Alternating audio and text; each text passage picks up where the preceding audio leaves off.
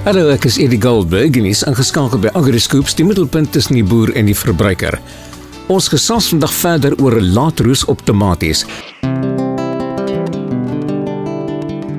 Ons gesels vandag met die bemarkings- en ontwikkelingsbestuurder vir Revenza Next in Sub-Sahara Afrika, Stefan Maree. Revenza Next is 'n multinasjonale maatskappy wat biologiese oplossings bied vir produsente wat meer volhoubaar wil boer. Stefan, ons het maandag gesels oor laatroes op tomaties. Kan jy dalk weer vir ons 'n kort oorsig gee? Geen probleem.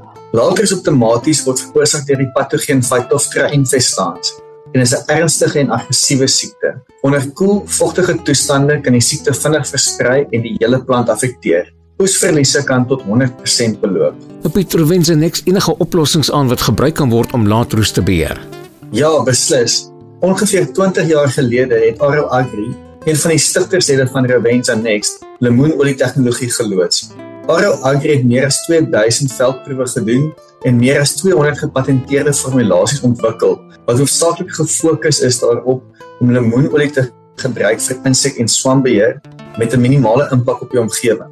In Suid-Afrika is die kombinasie van lemoenolie saam met 'n unieke mengsel van benatters, sowel as koper, geregistreer as Orocop Duo, wat effektief is teen verskeie siektes op verskillende gewasse. Wat maak Orocop Duo anders as ander koperprodukte in die mark? Koper is 'n baie goeie swamdode, maar ongelukkig het dit ook 'n paar nadele. Te veel koper kan plantweefsel brand en oormatige kopervlakke in die grond is nadelig vir mikroorganismes in die grond. Van hierdie mikroorganismes speel belangrike rolle in plantvoeding, so mense wil hulle graag beskerm. Met die gebruik van lemoenolie tegnologie en unieke benatters, kon Revenza Next daarin slaag om die hoeveelheid koper wat nodig is vir effektiewe beheer van laatroes met meer as 50% te verminder. Deur minder koper toe te dien, kan ons belangrike mikroorganismes in die grond beskerm. Kan boere Orocop Duo gebruik om ander siektes ook op tomaties te beheer? Ja, beslis. Orocop Duo is ook geregistreer vir die beheer van vroeë roes, sowel as bakteriese vlek en spikkel op tomaties.